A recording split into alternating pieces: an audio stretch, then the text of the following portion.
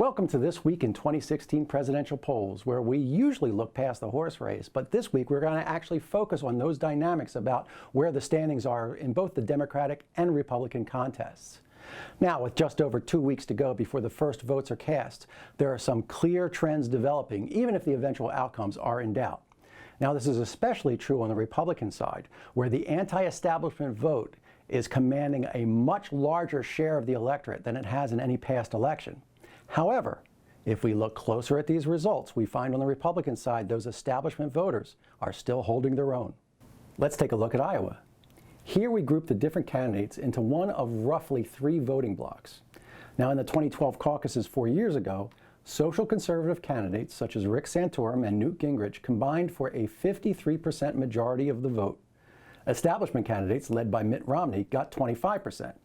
And the anti-establishment or outside wing, mainly Ron Paul, took 21%. According to current polling, establishment candidates still hold 1/4 of the Iowa vote, but the anti-establishment share has increased to 41% at the expense of support for social conservative candidates, which has slipped to 34%. It's a slightly different story in New Hampshire. 4 years ago, establishment candidates commanded a majority of the combined vote in the Granite State, with conservative and anti-establishment contenders splitting the remainder. In 2016, the anti-establishment vote has nearly doubled to 43%, drawing a little bit from conservative candidates, but doing the most damage to the establishment wing.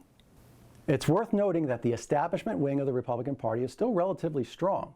The problem is that there are 4 candidates around which this vote has been divided, whereas on the anti-establishment side, it's primarily down to one candidate, Donald Trump. Now, if the establishment vote had coalesced around just one candidate, we would be talking about a much different race right now. But there's still time for that to change. It's a different story on the Democratic side, with a narrowing of the gap between Hillary Clinton and Bernie Sanders in Iowa, and Sanders taking control in New Hampshire.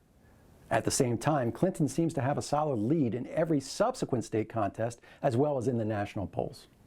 While voters' motivations for choosing an outsider candidate are different for the Democrats and the Republicans, there is a common thread.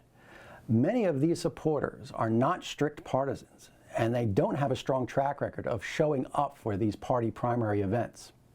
So the real question will be, how many of these voters will actually turn out? And we'll know for sure when the voting starts in just a few weeks. And those are the highlights and lowlights of This Week in 2016 presidential polls.